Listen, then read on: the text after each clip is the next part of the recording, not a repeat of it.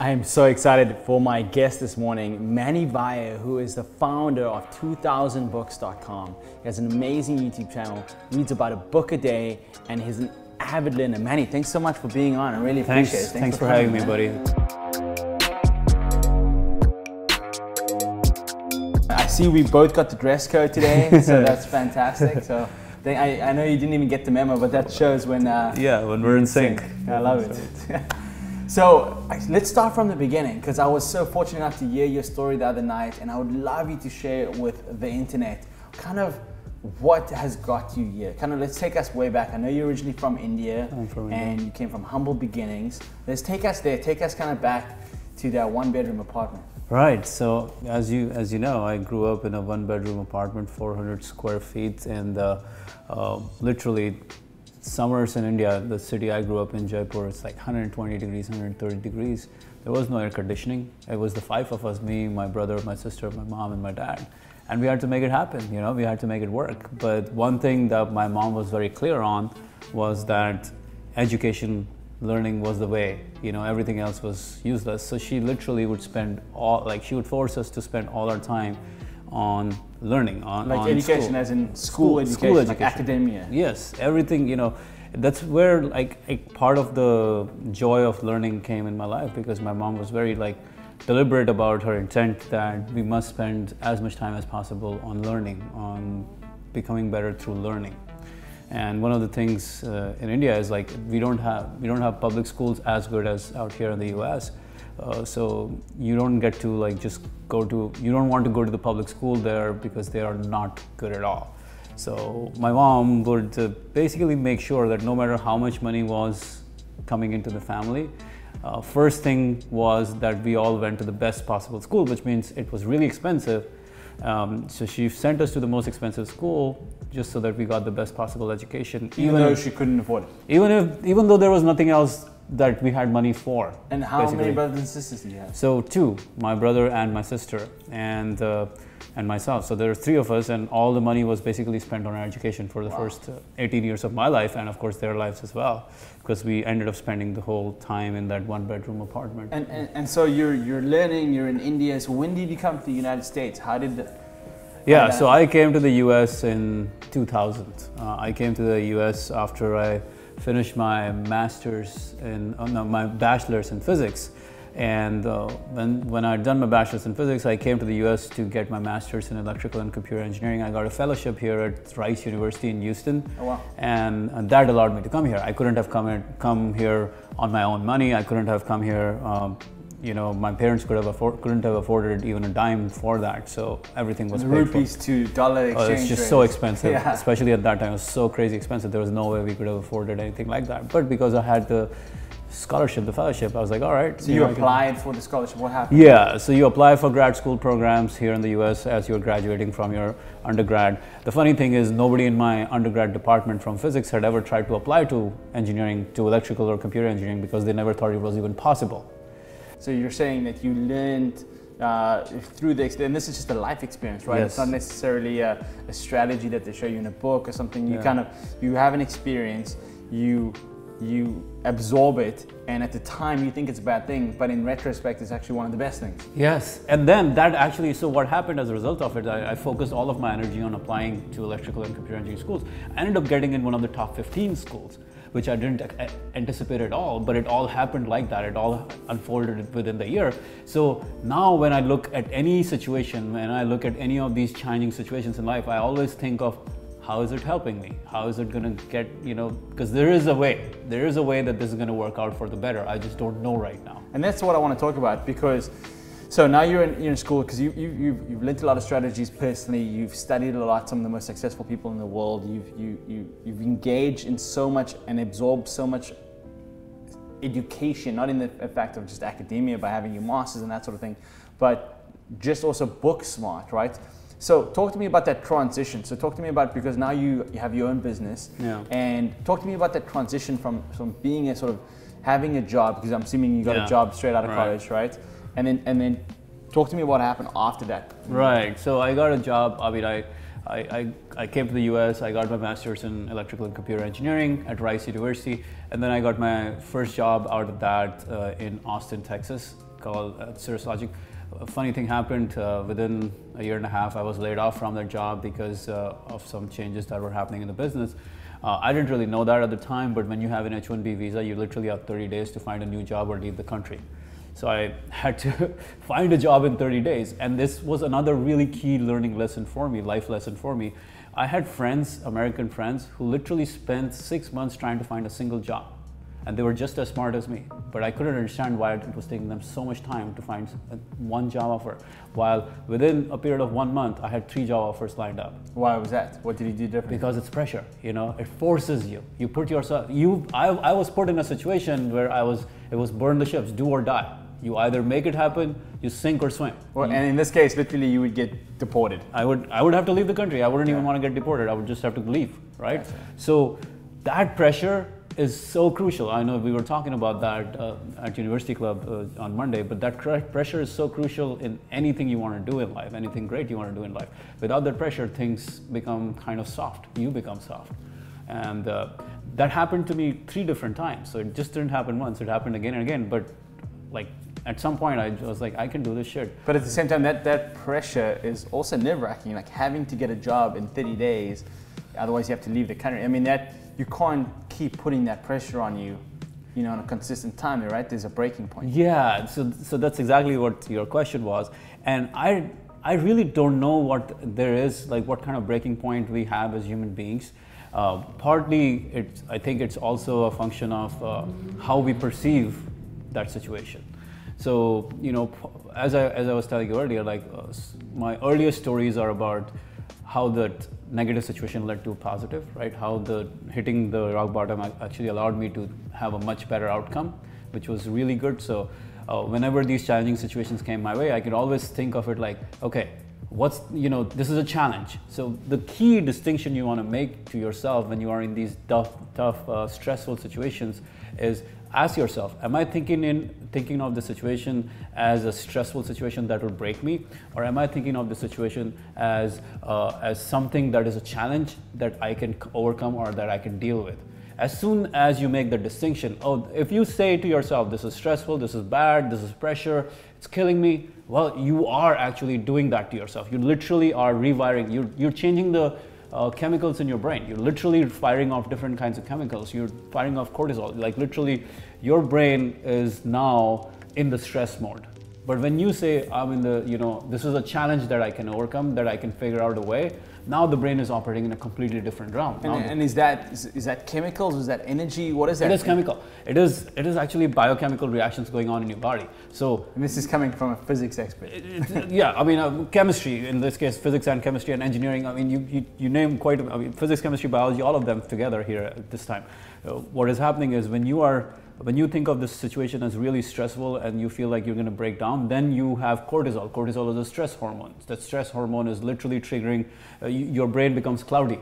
It's clouded with judgment. It cannot really do its very best. We talk about pressure. Give an example. So you're saying like when we're at the gym and you're going to lift something and you're like, this is going to hurt me, it's going to injure me, then you're going to get injured. But if you're saying if you're pushing this weight and it's stopping, you're like, this is going to make me stronger, you get stronger. Yeah, I hope, it's not like you're gonna squat 200 pounds today and go and squat 500 pounds tomorrow, right? I think physical game is a little different compared to the mental game of life. The mental game of life, you have a lot more available to you than you think. There are examples of people who literally, like this woman whose child was stuck in a car or something, and she literally picked up the damn car, like 3,000 pound car.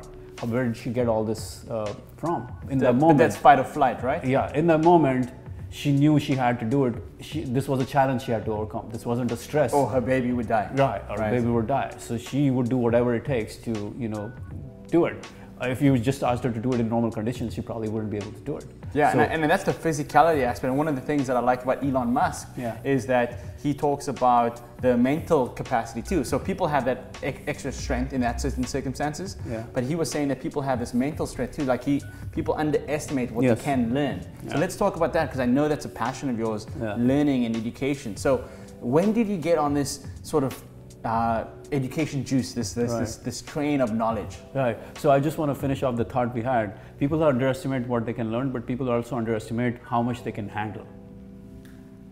How much they can handle in terms of pressure. How much they can handle in terms of stress. The challenge with life is a lot of us think that we cannot handle X amount of pressure or Y amount of pressure, so we don't put ourselves in those situations. The key is to put yourself in those situations. We were talking about the book, Willpower is Not Enough, right? Yeah. And that's so crucial. Like Willpower is Not Enough by, what's the author? By Ben Hardy. Great book. Willpower. Yeah, it's an amazing book. It literally conceptualizes this idea that you've got to stop hoping to build your life, but instead put yourself in those situations where you're forced to come up with answers, you're forced to deliver, you're forced to find answers, you're forced to, let's say you take away all the money and you're forced to make money next month. I put all my money in and that's something I had to do in the business. Like at some point I've realized that I because I had all the savings from my engineering career, I was being very easy on myself. Comfortable. You're in a comfort zone. Yeah, it was easy to like continue doing everything and like not make a shit ton of money because I had so much money from my savings. So I was like, yeah, okay, all right. At some point I said, cut it out. No more. I'm not allowed to have a single dollar from my past life. Now I have to make it on my own. And that's when I actually really became a business owner. Until then, I was just a hobbyist because I was living off. And I sometimes question, when people have money given to them, even whether it's VC money or whatever it is, and how genuine that inspiration or desperation is compared to when it's your own ass on the line and you got nothing else. You got nothing to, you really have to make it work. It's do or die. Again, burn the boats, do or die. Burn the boats. I love that burn the boats. So let's talk about burn the boats for a second, because and the concept of burn the boats is when these guys have to attack. I think it's an ancient Greek mythology, right? Greek, Spanish, they have so many different concepts. I mean, we could share the story. Hernan Cortez. Now, this is Spanish. So this is something I learned from Think and Grow Rich, by the way, a great book by Napoleon Hill. And Hernan Cortez came from Spain to conquer what's now modern day Mexico. And he landed on the island only to realize that the army of the local warriors was probably 3, 4, 5x bigger than his own army. So, and his soldiers were kind of scared. They're like, shit, what are we gonna do? We're here on this foreign land, far away from home, and these guys have a much bigger army. We're gonna die. So it's like they had like 100 guys, and these guys had 400 or 500 guys. Right. So it's 400 or 500 guys, 100 guys, and these guys are shaking, and they're like, oh, maybe we should run away. So Hernan Cortez, the warrior that he was, he asked his warriors, he asked his people to burn the boats. Just burn the damn boats. There's no way out. You cannot go back. You cannot run away. You are not, like, there's no option. Either you kill or you die. Either you win or you perish. There's nothing else remaining.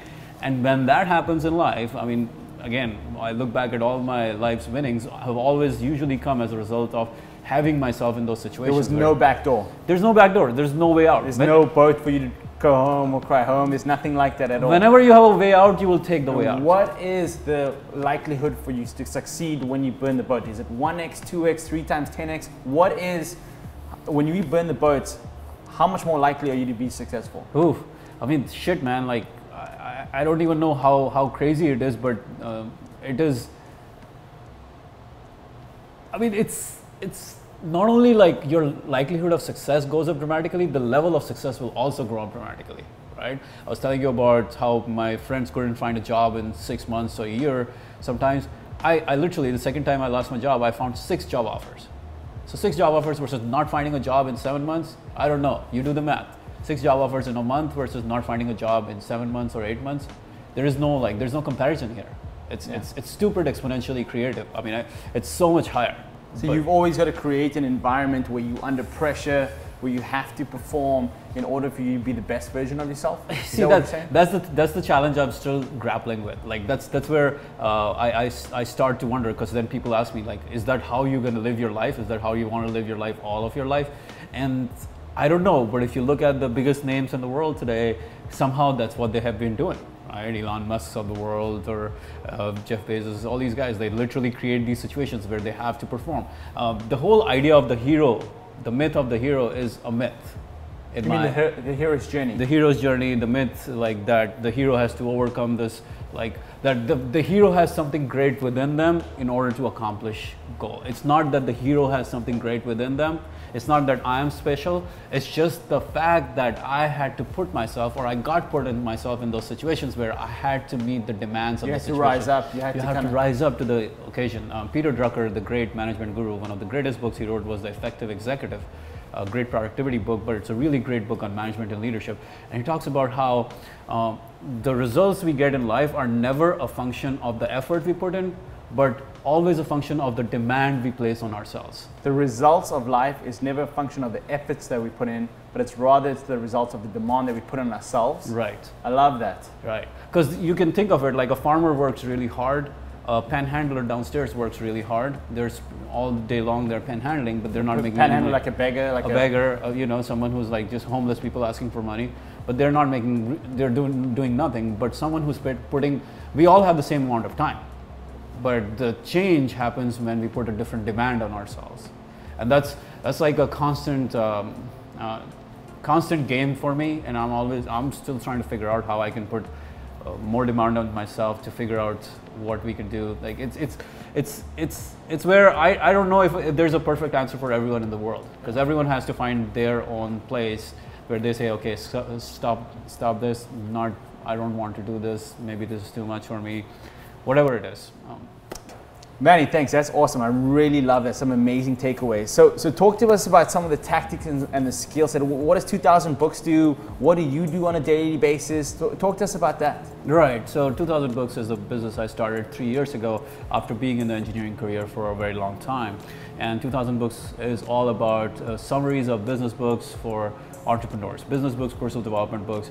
I read 7 books a week mostly. So the way I read / it's like a book a day. Yeah, but I would it's different books going on at the same time. Sure. That's why it's like the equivalent of a book a day, but it's multiple books going on at the same time. So it's sometimes it's physical, Kindle, Audible, all going on at the same time. And when you have to read that much, you have to figure out ways to read faster. You have to figure out ways to absorb information faster. And how many books have you read in total in your life? Over 1,000. Wow. At some point, I stopped counting because it just. So what is the concept? 2000 is 2000. Okay, so the idea of 2000 books, I want to this is something that really I need to have better marketing around the name, because the idea is that if you want to do anything great in this world, you must at least read a book a week, right? At least read a book a week. If you read a book a week for a year, you get to around 50 books.